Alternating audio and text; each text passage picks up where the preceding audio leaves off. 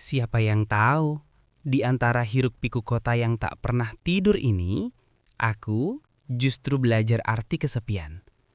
New York, kota yang katanya penuh mimpi, tapi bagiku justru tempat di mana aku harus berjuang mati-matian agar tidak tenggelam. Semua itu dimulai dari sini. Malam itu, hujan tipis membasahi jalanan Brooklyn. Lampu-lampu kuning dari jendela apartemen menari di genangan air. Aku berdiri di depan gedung kampus filmku, menatap layar laptop yang menampilkan satu kalimat singkat. Proyekmu tidak diterima untuk final screening tahun ini. Aku diam. Mataku panas. 3 bulan kerja tanpa tidur, semua hasilnya berakhir di satu email dingin dari dosen pembimbing. Ternyata gagal juga ya, gumamku pelan. Kamera yang kugenggam terasa berat, seperti ikut menertawakan aku yang terlalu percaya diri.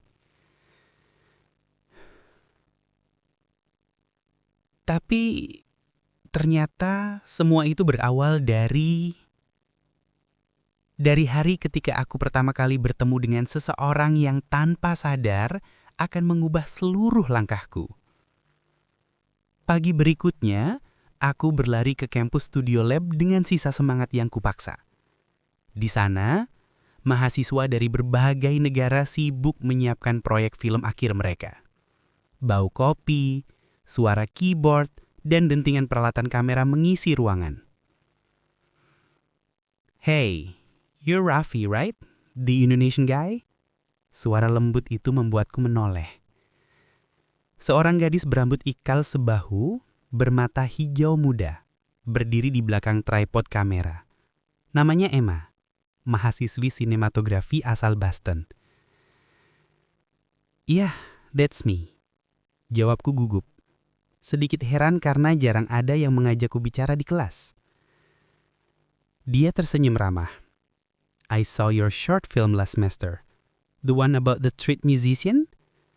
It was beautiful. Aku tidak menyangka masih ada yang ingat karya kecilku itu. Thanks, tapi sepertinya film baruku ya seberuntung itu. Dia menatapku serius. You're too hard on yourself. Everyone fails. What matters is what you do next. Kalimat itu menancap dalam. Di kota ini, semua orang bicara tentang kesuksesan. Tapi baru kali ini, seseorang menegaskan bahwa gagal pun bagian dari perjalanan. Hari-hari berikutnya, aku sering bertemu Emma di studio. Kami sama-sama lembur. Aku mengedit ulang filmku, dia mempersiapkan lighting setup untuk proyeknya. Dalam diam, aku mulai merasa ada sesuatu di antara kami. Suatu malam, saat hanya tersisa kami berdua di studio, dia menatap layar monitor yang menampilkan adegan gagal filmku. Aktor yang berhenti di tengah dialog, kamera goyang, suara pecah. Emma mendekat. Can I show you something?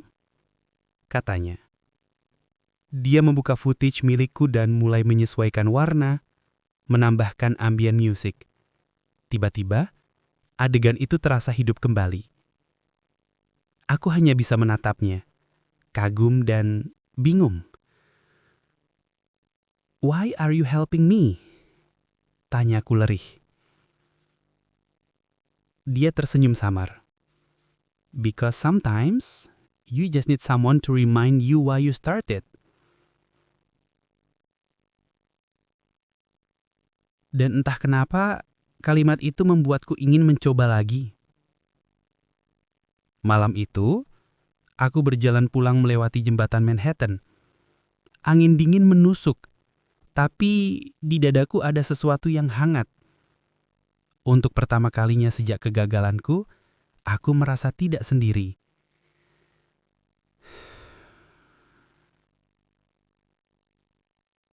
Mungkin New York tidak sekejam itu, selama masih ada orang yang mau melihat cahaya kecil dalam gelapnya kota ini. Tapi aku belum tahu bahwa cahaya itu nanti juga bisa membakar segalanya, termasuk perasaanku sendiri. Malam-malam di studio kampus selalu punya aroma yang sama. Kopi basi, kabel panas, dan suara kipas komputer yang terus berdengung. Tapi malam itu, entah kenapa, semuanya terasa berbeda. Mungkin karena di sudut ruangan itu, Emma sedang duduk bersila di lantai. Rambutnya berantakan, matanya fokus pada layar laptopku. Color gradingnya terlalu kontras, katanya tanpa menatapku. Coba turunin exposure-nya sedikit, biar wajah aktornya nggak terlalu keras. Aku mengangguk. Mengubah pengaturan, cahaya di monitor jadi lebih lembut. Adegan itu jadi lebih hidup. Tuh kan, lebih hangat sekarang, ujarnya. Aku menatapnya lama. Kamu tahu nggak, kadang aku rasa kamu lebih ngerti filmku daripada aku sendiri. Dia tertawa kecil. Mungkin karena aku bisa lihat sesuatu yang kamu nggak bisa lihat. Aku tidak tahu apakah yang dia maksud adalah filmku atau perasaanku. Hari demi hari kami semakin sering bekerja bareng. Emma mulai membantuku menyusun ulang storyline. Bahkan meminjamkan kamera pribadinya untuk pengambilan ulang beberapa adegan. Suatu malam, saat semua orang sudah pulang, kami duduk di atap gedung studio, menatap lampu-lampu Manhattan. "Why did you come here, Raffi?" Tanyanya tiba-tiba. Aku menarik nafas panjang. Karena aku pikir kalau aku bisa kuliah film di New York, aku bisa jadi seseorang yang berarti. Aku terdiam sebentar, lalu menatap langit. Tapi ternyata di sini semua orang hebat. Aku malah jadi merasa kecil. Emma menatapku dengan mata teduhnya. You don't have to be big, you just have to be real. Kata-katanya sederhana, tapi terasa dalam. Aku tersenyum samar. Kamu selalu punya cara buat bikin dunia terasa nggak seburuk itu. Dia tertawa pelan. Well, maybe because I live in the same chaos too. Seminggu kemudian, kampus mengumumkan open submission untuk kategori film dokumenter mahasiswa internasional. Tema, Finding Home. Aku membaca posternya lama. Jantungku berdetak cepat. Emma mendekat. You should submit. You know stories worth telling. Aku menggalang kayak cepat. Aku gak punya waktu, belum juga kelar revisi tugas film gagal itu. Dia menatapku serius. No, Raffi. That film failed because it wasn't your truth. This one might be. Kalimat itu menancap dalam seperti denting biola di ruang sunyi. Beberapa malam kemudian, aku duduk di kamar asrama sempitku, menatap jendela yang menghadap ke gang kecil. Salju pertama turun malam itu, lembut tapi dingin.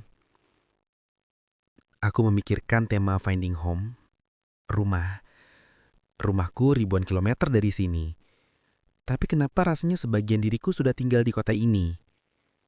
Aku pandangi foto Emma di layar laptopku. Kami sedang tertawa di studio. Kamera di tangan, wajah penuh lelah tapi bahagia. Mungkin rumah itu bukan tempat. Mungkin rumah adalah seseorang yang membuatmu merasa cukup, bahkan ketika semuanya sedang runtuh. Keesokan harinya, aku menemui MA. Aku mau bikin dokumenter tentang pelajar asing di New York. Tentang bagaimana mereka mencari makna rumah di kota yang gak pernah berhenti bergerak. Emma menatapku peranggat. That's the Raffi I know.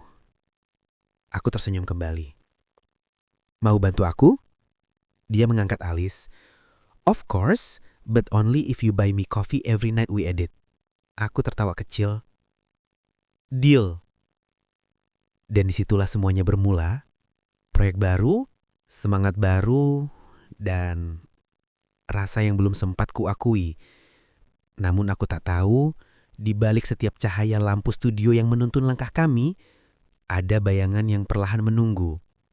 Tentang masa lalu Emma yang akan mengubah segalanya. Kota ini tidak pernah benar-benar tidur. Bahkan ketika jam menunjukkan pukul 2 dini hari, suara klakson dan gesiran metro di bawah tanah tetap terdengar di sela-sela dinginnya angin musim dingin. Dan di tengah semua itu, kami berdua masih terjaga. Aku dan Emma di ruang editing kecil kampus yang hanya diterangi lampu monitor. Aku nggak nyangka kamu seantusias ini, kataku sambil menatap layar yang menampilkan rekaman wawancara. Emma tersenyum tanpa menoleh. Kamu tahu kenapa aku suka dokumenter? Karena nggak ada yang bisa disembunyikan.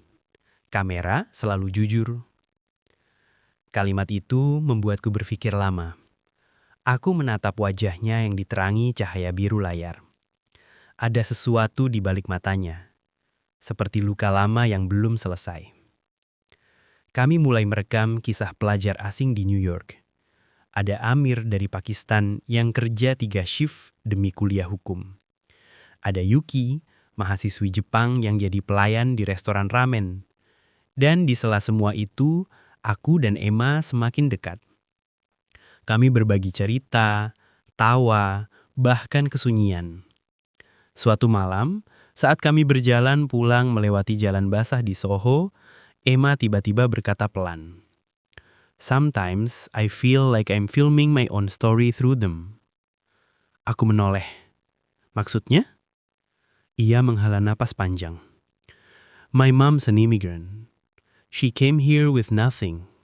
She wanted to be a painter, but ended up cleaning hotels just to survive. Aku terdiam, tidak tahu harus berkata apa. Emma tersenyum tipis, tapi matanya berkaca-kaca. She used to tell me, never choose a dream that makes you hungry, but I did anyway. Aku menatapnya lama. Mungkin karena kamu nggak mau cuma hidup, kamu mau berarti. Ia menatapku balik, senyum kecil muncul di bibirnya. You always know the right thing to say, Raffi. Hari-hari berikutnya hubungan kami semakin intens. Kami merekam di bawah jembatan Brooklyn, di taman-taman penuh salju, bahkan di dapur sempit tempat pelajar Asia memasak mie instan sambil menulis skripsi. Dan di setiap aden, aku merasa kami sedang merekam lebih dari sekedar film. Kami sedang merekam hidup kami sendiri. Suatu malam, di tengah hujan deras, kami terjebak di ruang arsip kampus. Suara hujan seperti tepuk tangan di atap seng. Emma duduk di lantai, menggigil. Aku melepaskan jaket dan menaruhnya di bahunya. Thanks, katanya pelan. Hey, kalau nanti film ini sukses, kita bisa ikut festival film di luar negeri. Maybe Paris or Seoul. Dia tersenyum samar. Don't make promises, Raffi. New York loves to break dreamers. Aku terdiam. Aku nggak cuma bermimpi, Em. Aku kerja keras biar mimpi itu nyata. Dia menatapku. Matanya penuh ragu, tapi juga hangat. Then prove it. Beberapa hari kemudian, aku menemukan Emma sendirian di studio. Wajahnya pucat, matanya sembab. Emma, kamu kenapa? Dia buru-buru menyap air mata. Nothing, just tired. Aku nggak percaya. Di mejanya ada surat dari kampus. Selembar pemberitahuan financial aid termination. Tegang. Emma, kamu kehilangan beasiswa ya? Tanyaku pelan. Dia terdiam, lalu mengangguk. Ya, they said my GPA drop below your limit. Aku merasakan dada sesak. Terus, kamu mau gimana? Dia menatapku dengan senyum yang menyakitkan. Maybe I'll take a break, work full time. I can't afford tuition anymore. Kata-kata itu terasa seperti hantaman. Semua kerja keras, semua malam panjang, semua tawa di studio tiba-tiba terasa rapuh. Aku ingin mengatakan sesuatu tapi tenggorokanku kering. Emma mengatapku dalam-dalam. Don't look at me like that, Raffi. This is New York. Nothing lasts forever here. Malam itu, aku pulang lewat jembatan Manhattan lagi. Tapi kali ini langit terasa lebih gelap. Aku menatap ke arah Brooklyn, tempat lampu-lampu kecil berkelip seperti harapan yang hampir padam. Aku tahu satu hal, aku nggak bisa biarkan Emma pergi begitu saja. Sudah seminggu sejak malam itu. Sejak saat itu, setiap kali aku melihat bangku kosongnya di studio, rasanya seperti ada bagian dari filmku yang hilang. Tapi aku nggak bisa cuma diam. Aku tahu aku harus melakukan sesuatu. Apapun. Hari itu aku datang ke International Student Office. Ruangan itu penuh dengan berkas, suara printer, dan wajah-wajah lelah mahasiswa yang berjuang memperpanjang izin tinggal. "Excuse me?" kataku pada petugas. "I'm looking for possible financial aid extensions for a friend. She's an American student, but..." Petugas itu menatapku sebentar, lalu mengeleng. "If she's local, there's not much we can do, unless she applies through external grants or student jobs." Aku keluar dari ruangan itu dengan langkah berat. New York memang kota mimpi, tapi juga kota yang tega memotong sayap orang di tengah terbang. Malamnya, aku menemukan Emma di kafe kecil dekat kampus. Ia duduk sendirian, menatap layar laptop. Di meja ada tumpukan brosur pekerjaan paruh waktu. Barista, delivery, studio cleaner. Aku duduk di depannya. Aku bisa bantu." Dia menatapku dengan lelah. "Raffi, please, you don't have to fix this." "Tapi aku mau," kataku tegas. "Aku bisa ambil shift tambahan di tempat kerja. Aku bisa bantu biaya produksi film. Minimal kamu nggak..." "Stop!" Maning tegang. Dia menatapku dengan mata berair. "Don't make me feel smaller than I already do." Aku terdiam. Kata-katanya menusuk dalam. Hening lama. Dia menarik nafas panjang. "You have your dreams too. Don't let my failure ruin them." Aku ingin menjawab, tapi tak ada kata yang cukup. Yang tersisa hanya suara mesin espresso dan langkah-langkah asing di luar kafe. Beberapa hari kemudian, aku menerima email dari profesor pembimbingku. "Raffi, your documentary concept has potential. We might nominate it for the student grant if you can submit the first cut next month." Aku terpaku menatap layar. Kalau aku berhasil, aku bisa mendapatkan dana produksi. Dan mungkin bisa membayar Emma sebagai co-director. Sebuah ide gila muncul. Tarik nafas dalam.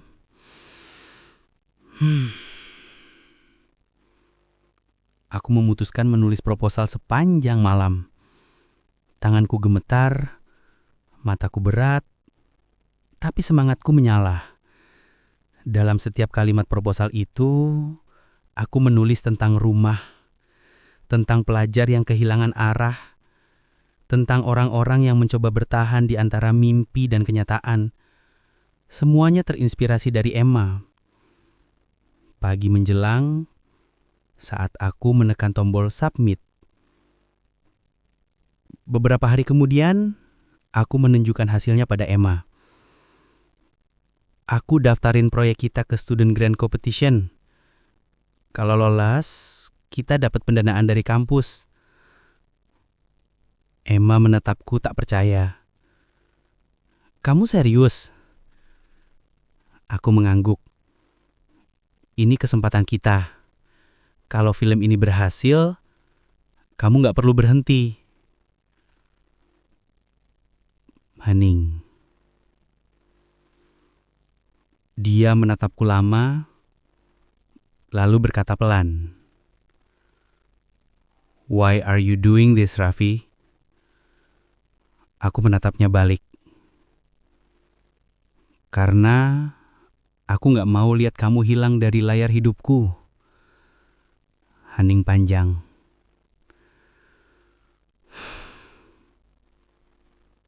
Wajahnya menegang, lalu perlahan melembut. You shouldn't say things like that unless you mean it. Aku tersenyum kecil. I do. Hening lembut. Malam itu, kami kembali ke studio. Bukan sekedar rekan kerja, tapi dua hati yang sama-sama takut kehilangan. Di sela suara klik mouse dan denging kipas komputer, Emma berdisik. What if we fail again? Aku jawab pelan. At least, we fail together. Hening lama, dan entah kenapa, malam itu New York terasa lebih hangat dari biasanya. Namun, tak ada yang tahu. Di balik senyum Emma yang mulai kembali merekah, ada satu rahasia yang belum ia berani ungkap. Rahasia yang akan membuat Raffi mempertanyakan segalanya. Cinta, mimpi, dan arti rumah. Kadang, hal yang paling menakutkan bukanlah kehilangan seseorang, tapi menyadari bahwa selama ini kamu tidak benar-benar mengenalnya. Hari itu, 2 minggu sebelum student grant announcement, aku datang ke studio lebih pagi dari biasanya. Matahari baru menyentuh gedung-gedung tinggi Manhattan dan lantai studio masih dingin oleh sisa embun malam. Di meja editing, aku melihat laptop Emma menyala. Ada folder baru, private, don't open. Aku tidak bermaksud membukanya, tapi ketika aku ingin menyalakan komputer, layar itu tiba-tiba terbuka sendiri. Dan di sana ada video. Video pendek berdurasi 3 menit. Suara Emma terdengar serak dalam rekaman itu. Kalau kamu nonton ini, mungkin aku sudah harus pergi. Aku nggak bisa lagi terusin sekolah. Aku nggak mau tahu Raffi kalau aku selama ini cuma numpang hidup di apartemen temanku. Aku kerja malam di studio cleaning, kadang juga bantu syuting komersial kecil biar bisa bayar makan. Aku terpaku, tanganku gemetar. Aku nggak mau jadi beban buat siapapun, apalagi buat dia. Layar itu gelap. Aku duduk lama di kursi studio, menatap jendela studio. Di luar langit New York tampak biru pucat, tapi entah kenapa dadaku terasa sesak. Emma datang beberapa menit kemudian, membawa 2 cangkir kopi. You're early today. Aku menatapnya. Kenapa kamu nggak bilang? Dia tak henti. Bilang apa? Semua ini tentang kamu kerja malam, kehilangan tempat tinggal, hampir drop out. Wajahnya berubah pucat. Kamu lihat video itu? Aku mengangguk pelan. I didn't mean to, but I saw it. Dia meletakkan kopinya di meja, menatap ke bawah. You weren't supposed to see that. Aku menahan nafas. Kenapa kamu harus sembunyiin semuanya, Em? Dia menjawab lirih. Because pity is the last thing I want from you. Suasana studio tiba-tiba dingin. Kami diam lama. Hanya suara kipas komputer yang mengisi udara. Aku melangkah mendekat. Aku gak kasihan, Em. Aku cuma pengen tahu kamu gak sendiri. Dia menatapku, matanya berkaca-kaca. You don't understand, Raffi. I've been fighting alone all my life. And when someone suddenly cares, it scares me. Aku ingin menyentuh tangannya, tapi dia mundur setengah langkah. Please, katanya pelan. Don't make me fall for something I can't keep. Kata-kata itu seperti menamparku. Tapi aku tahu itu bukan kemarahan, tapi ketakutan. Beberapa hari kemudian, kami tetap bekerja seperti biasa. Tapi ada jarak yang tak kasat mata di antara kami. Dia berbicara seperlunya, tertawa seadanya. Dan setiap kali aku melihat matanya, aku tahu dia sedang mencoba melindungi diri dari sesuatu, mungkin juga dariku. Sampai suatu malam, di ruang editing yang sepi, aku berkata pelan, kamu tahu nggak kenapa aku pilih tema Finding Home? Dia menoleh pelan. Karena aku sadar rumah bukan cuma tempat, tapi orang yang bikin kamu mau bertahan bahkan saat semuanya berantakan. Dia menunduk, suaranya bergetar. Don't say that, Raffi. Aku mendekat, menatapnya lembut. Kenapa enggak? Air matanya jatuh. Because when you say things like that, it makes me want to stay, and I can't. Hening panjang. Dia menatapku satu kali lagi, lalu berjalan keluar dari studio tanpa menoleh. Aku berdiri sendirian di tengah ruangan, dikelilingi suara hujan di jendela. Dan untuk pertama kalinya, aku merasa filmku benar-benar kehilangan naskahnya. Namun keesokan harinya, aku mendapat email dari panitia kompetisi. Your documentary proposal has been shortlisted for the International Student Grant. You are invited to present the first cut next week. Aku menatap layar itu lama. Filmku akhirnya mendapat kesempatan besar. Tapi orang yang jadi jantung cerita itu baru saja pergi tanpa kabar. Aku tahu satu hal. Kalau aku ingin menyelesaikan film ini, aku harus menemukan Emma dulu. New York selalu ramai, tapi malam itu terasa asing. Langkahku berat menelusuri trotoar basah di sepanjang Fifth Avenue. Salju baru turun menutupi jejak sepatu orang-orang yang bergegas pulang. Tapi satu-satunya hal yang kupikirkan hanya satu nama, Emma. Sejak malam ia pergi dari studio, ia tak pernah muncul lagi. Nomornya tak aktif, apartemennya kosong, dan akun kampusnya sudah dinonaktifkan. Aku mencoba menenangkan diri dengan bekerja, menyelesaikan film tanpa dirinya. Tapi setiap frame, setiap potongan suara, terasa hampa. Film ini bukan cuma proyek, ini bagian dari kami, dan tanpa Emma, semuanya kehilangan makna. Beberapa hari kemudian, aku pergi ke Student Employment Office.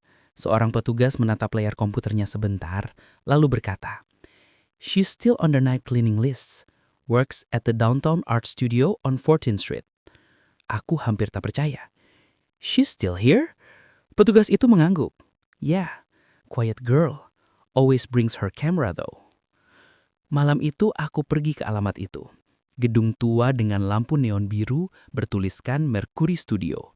Di dalam ruangan penuh lukisan setengah jadi dan aroma cat minyak yang menusuk hidung. Dan di sudut ruangan, di bawah cahaya lampu kerja kecil, berdiri sosok yang sudah kukenali dari jauh. Emma. Ia memakai hoodie abu-abu, tangannya kotor karena cat, wajahnya lelah tapi tetap cantik dalam kesederhanaannya.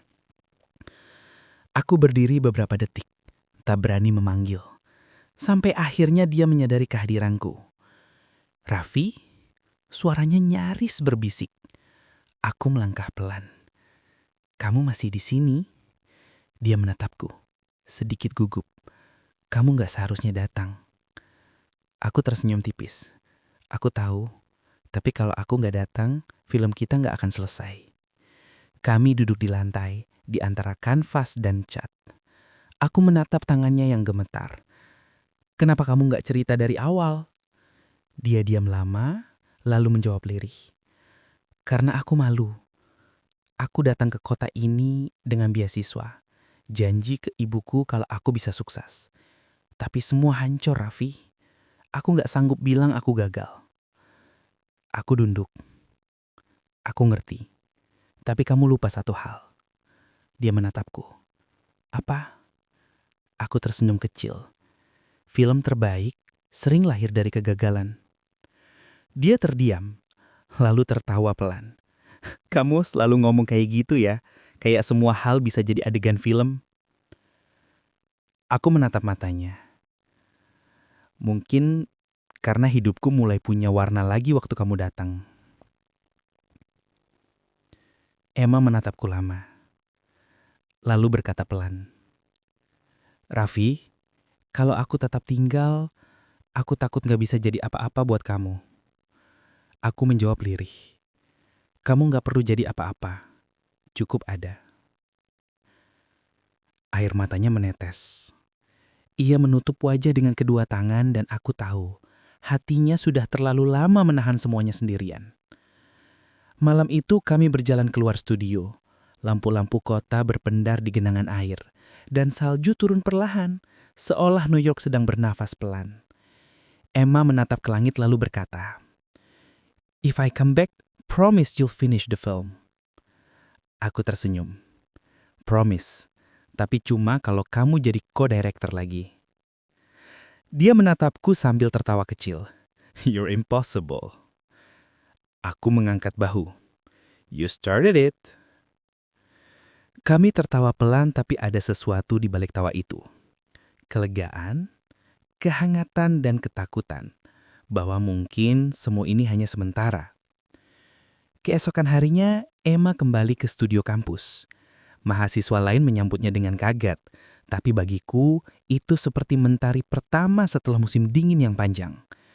Kami bekerja siang dan malam menyiapkan first cut. Adegan-adegan dokumenter disatukan, suara-suara dihaluskan, dan untuk pertama kalinya, film itu terasa hidup. Namun tak ada yang tahu. 1 minggu sebelum presentasi, sebuah email dari panitia Grand datang. Please confirm both directors' attendance for the International Student Grant Presentation in Los Angeles. Aku menatap layar lama. Emma menatapku, ragu. LA? Aku gak punya uang buat kesana, Raffi. Aku tersenyum pahit. Kali ini, biar aku yang cari jalan. Dan disitulah konflik baru dimulai, antara ambisi yang mulai nyata dan kenyataan yang belum tentu bisa mereka kejar bersama. Kadang mimpi itu bukan soal seberapa tinggi kamu bisa terbang, tapi siapa yang kamu bawa bersamamu. Kalimat itu terus terngiang di kepalaku sejak pagi ini. Hari pengumuman semakin dekat. Presentasi film Grant akan diadakan di Los Angeles. Hanya seminggu lagi. Tapi Emma masih menatap layar laptopnya dengan wajah bingung. Aku gak bisa ikut, Raffi, katanya pelan. Aku bahkan gak punya cukup uang buat beli tiket bus, apalagi pesawat. Aku menatapnya lama. Aku akan cari cara. Dia mendesah berat. You always say that, tapi hidup gak semudah adegan film. Aku tersenyum kecil. Ya, tapi kan kamu yang ngajarin aku kalau real life is cinema. Hari-hari berikutnya aku mencari jalan kemana-mana. Aku kirim email ke dosen pembimbing, cari sponsor kecil, bahkan sempat menawarkan diri jadi asisten syuting untuk tim film kampus lain. Semuanya hasilnya sama, no budget available. Sampai akhirnya malam itu aku berdiri di luar toko kamera, tempat aku kerja paruh waktu. Pemiliknya, Pak Lee, seorang imigran Korea, menatapku dengan alis terangkat. Why so gloomy, Raffi? Aku menjelaskan singkat. Soal kompetisi, soal Emma, soal impian kecil kami. Dia hanya mengangguk lalu masuk ke ruang belakang dan kembali membawa amplop coklat kecil. Consider it advance payment. You worked hard. Don't waste your chance. Aku terpaku. But this is too much. Dia menepuk bahuku. Sometimes someone believes in your dream before you do. Aku tidak bisa berkata apa-apa.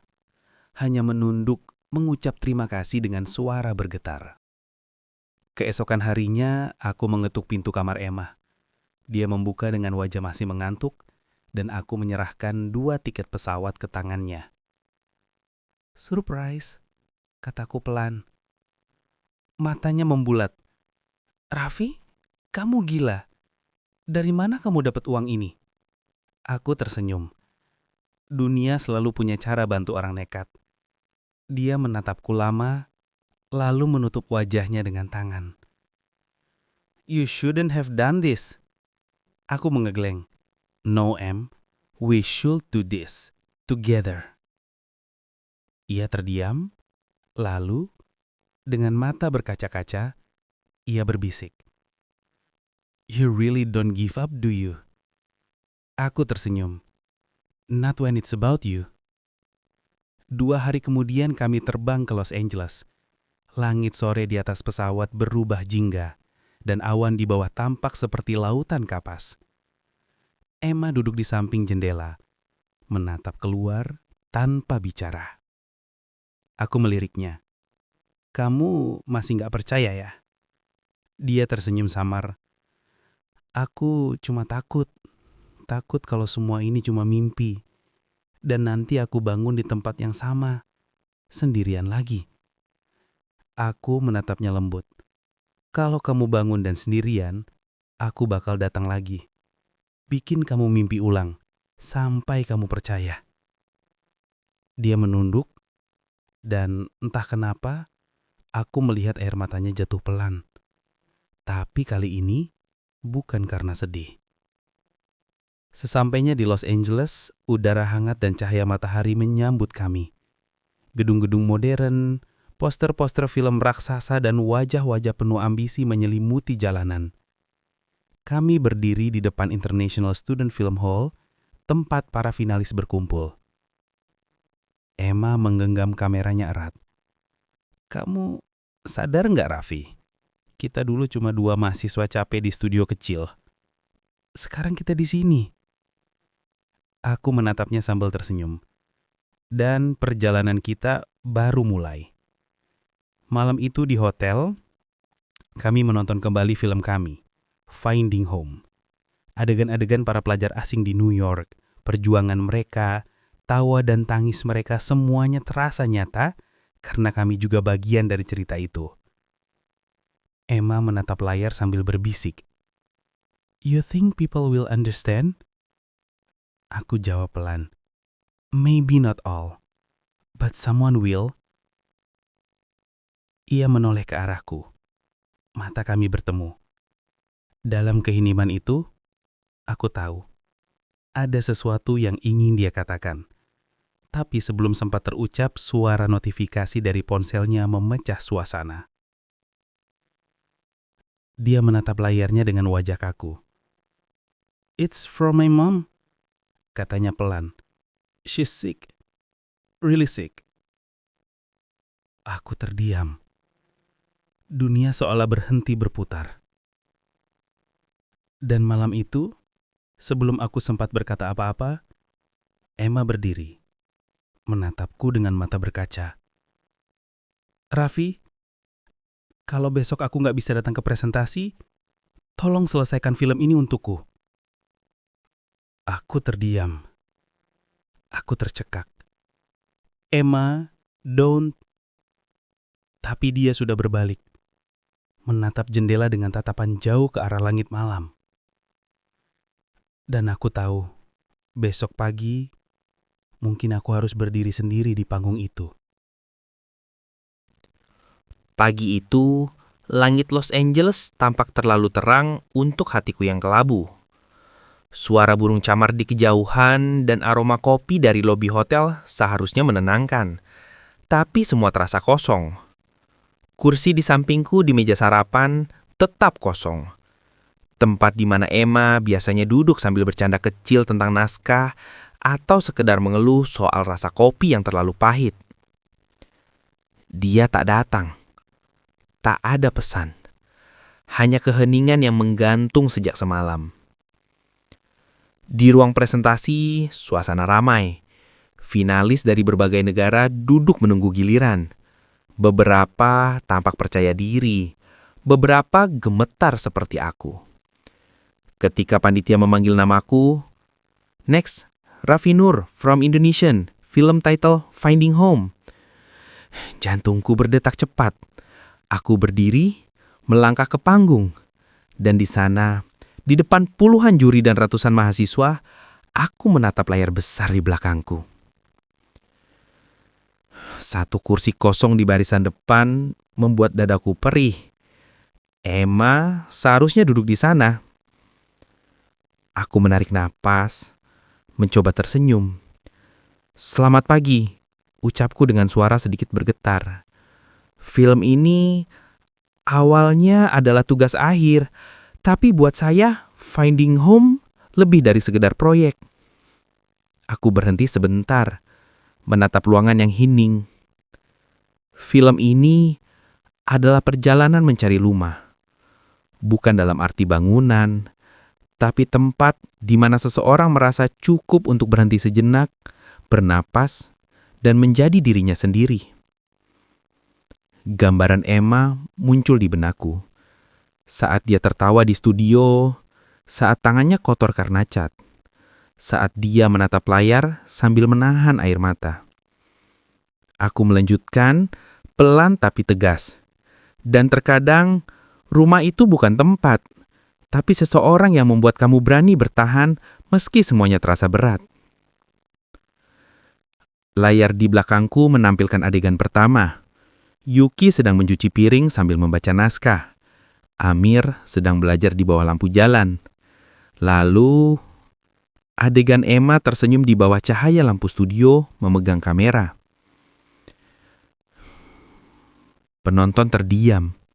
Suara narasi kami berdua mengisi ruangan. Mungkin rumah itu tidak selalu ada di tempat kita lahir. Kadang, rumah adalah seseorang yang membuat dunia terasa sedikit lebih tenang.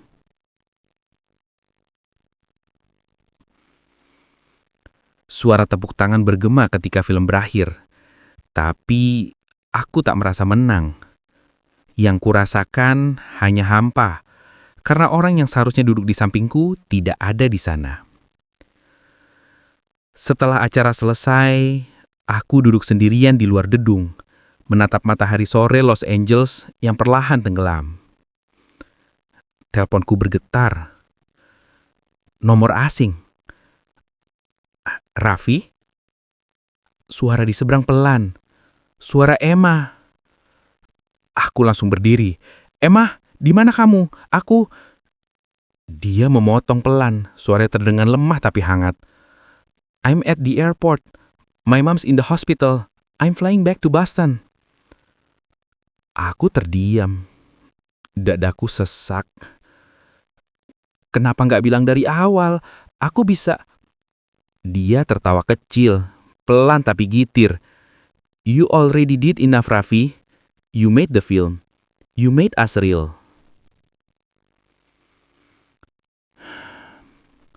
Aku menahan air mata. "Emma, kalau film ini menang, itu karena kamu." Dia diam beberapa detik. "Then promise me one thing." "Apa?" "Keep filming. Don't stop just because I'm not there."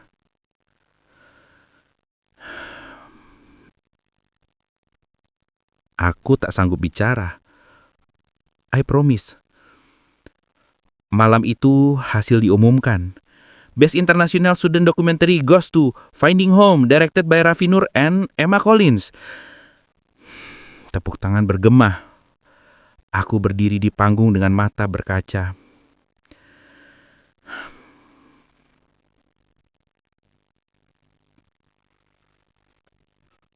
Kupandangi langit di atas gedung itu, dan entah kenapa aku merasa dia juga sedang menatap langit yang sama di sisi lain negeri ini. Aku tahu, mungkin kami tidak di tempat yang sama, tapi sebagian jiwaku tetap bersamanya. Dan sebagian dirinya akan selalu hidup di film yang kami buat. Namun di balik rasa haru itu, terselip satu pesan tak terbaca di ponselku. Datang 1 jam setelah pengumuman. "Raffi, thank you for reminding me what home feels like."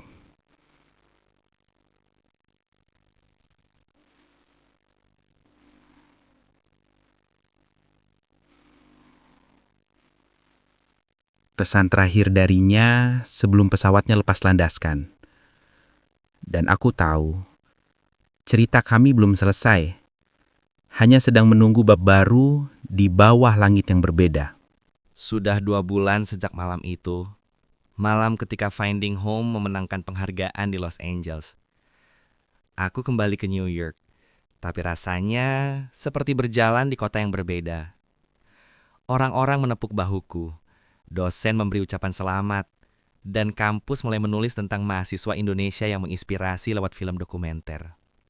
Tapi setiap kali lampu studio padam dan ruangan menjadi sepi, yang ku dengar hanya satu hal. Suaranya. Don't stop filming, even when I'm not there. Emma belum kembali, dan setiap hari tanpa dirinya terasa seperti potongan film yang kehilangan adegan penutupnya. Suatu sore aku duduk di atap apartemen, memandangi langit Manhattan yang mulai keemasan. Kamera di tanganku merekam awan yang bergerak perlahan di antara gedung pencakar langit. Aku menekan tombol record, berbicara ke lensa, seolah sedang berbicara padanya. Aku memberhentikan sebentar, menatap pemandangan kota. New York tetap keras, tapi aku mulai ngerti. Kadang yang bikin kita kuat bukan karena tempatnya, tapi karena kenangan yang kita tinggalin di sana. Beberapa hari kemudian, aku diundang untuk memberikan seminar kecil tentang Finding Home di Fakultas Film. Ruangan itu penuh mahasiswa baru, wajah-wajah yang haus mimpi, persis seperti aku dulu. Seseorang bertanya, "Mas Raffi, apa film itu tentang Emma?" Aku menatap layar yang menampilkan adegannya tersenyum di bawah lampu studio. Aku hanya menjawab pelan. Film itu tentang seseorang yang berani jujur. Tentang orang yang gak takut kehilangan segalanya demi menjadi dirinya sendiri. Tepuk tangan terdengar, tapi hatiku terasa berat. Malamnya saat aku baru keluar dari ruang kampus, ponselku bergetar.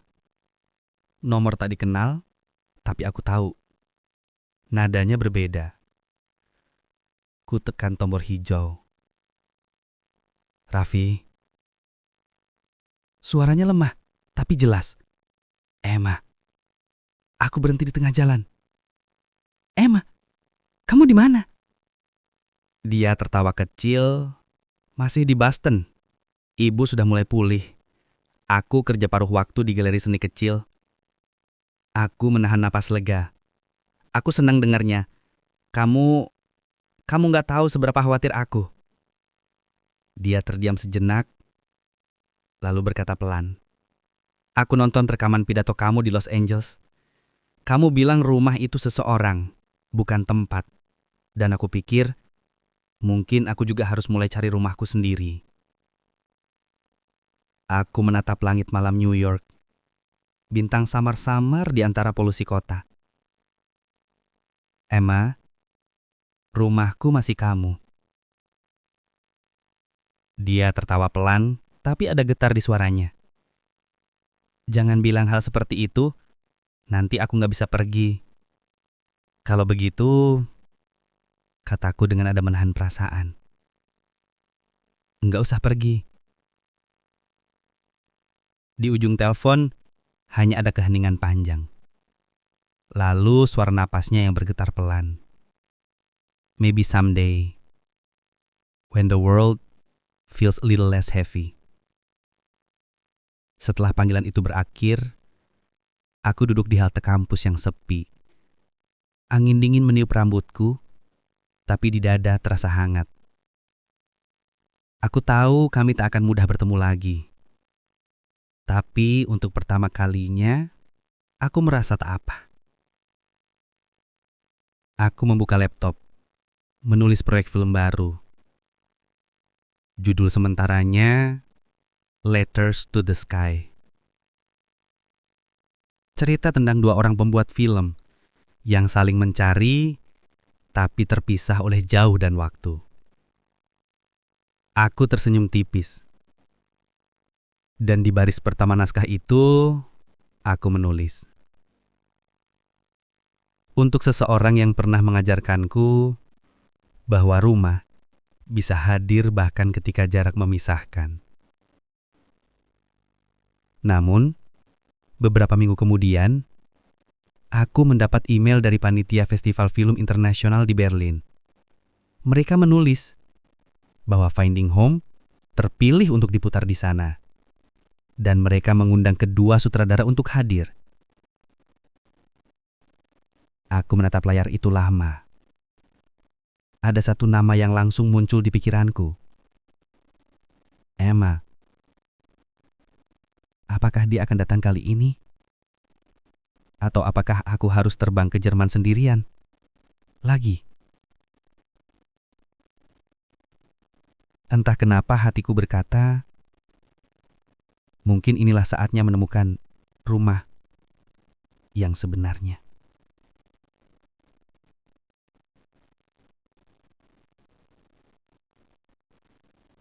Pesawat mendarat di Berlin dengan lembut, tapi di dadaku masih ada gemuruh yang tak kunjung reda.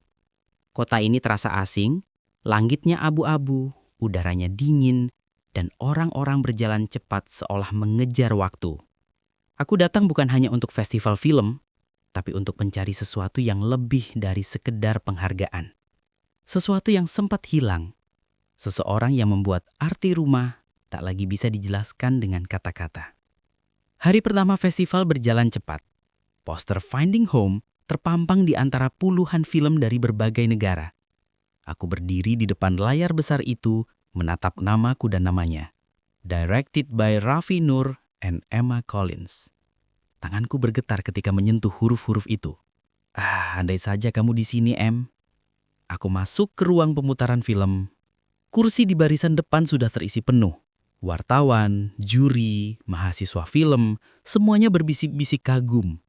Lampu padam, layar menyala, dan adegan pertama muncul. Finding Home. A story about those who lose their way only to find it again in someone else's heart. Suara narasiku terdengar di ruangan itu, tapi aku hanya bisa menatap satu kursi kosong di tengah barisan penonton. Tempat itu seperti menunggu seseorang yang tak kunjung datang. Film selesai, tepuk tangan panjang menggema. Aku berdiri, membungkuk sedikit, mencoba tersenyum, tapi di dalam hati ada ruang yang belum terisi.